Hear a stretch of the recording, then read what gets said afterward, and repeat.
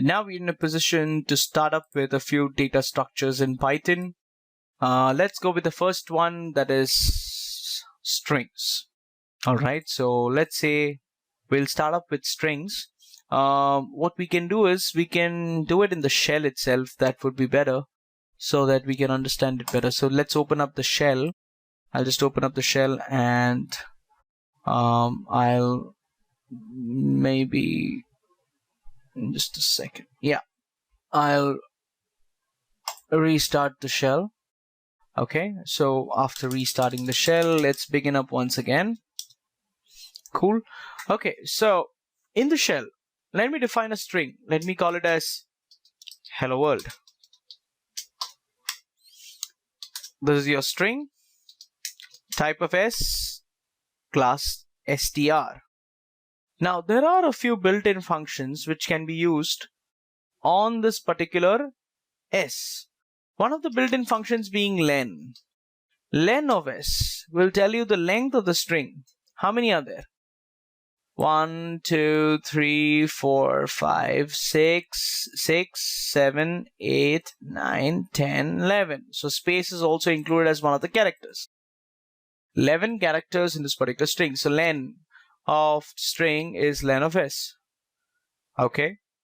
Strings are ordered, which means each of them have an index corresponding to it, which means H is at index 0, E is at index 1, L is at index 2, and so on. So I can access them using their index. So I can access each character using the index by saying string, that is S, and then say S of, I need to say, let's say I say S of 2.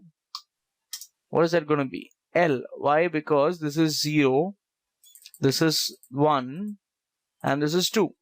So if I say S of 1, it's going to be E, right? 0, 1. Okay.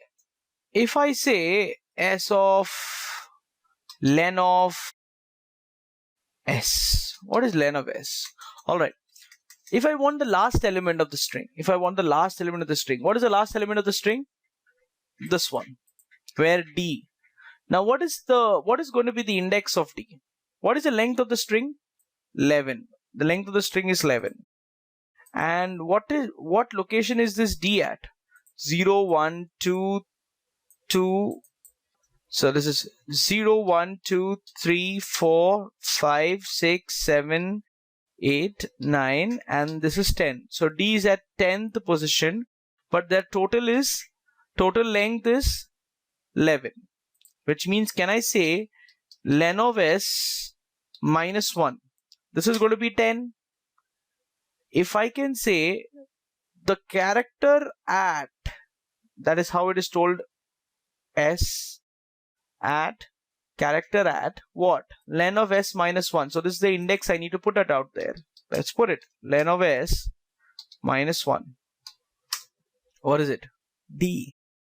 But there is also an easier method in Python. Python says you don't need to write this. Python says you can directly write it with minus 1 is D. S of minus 2 is L. S of minus 3 is R, which means this is minus 1. This is minus 2, this is minus 3, minus 4, minus 5, and so on. That's how it goes. That's right. So what can I do? I'll say if I want to iterate over this entire string, iterate meaning I want to use a loop and I want to print each of these characters on different lines. Then let me say I can use it like this: for I in range. Range what? I need to give the maximum range that it can go up till is len of S. Len of S minus 1 actually, but range already takes it 1 less.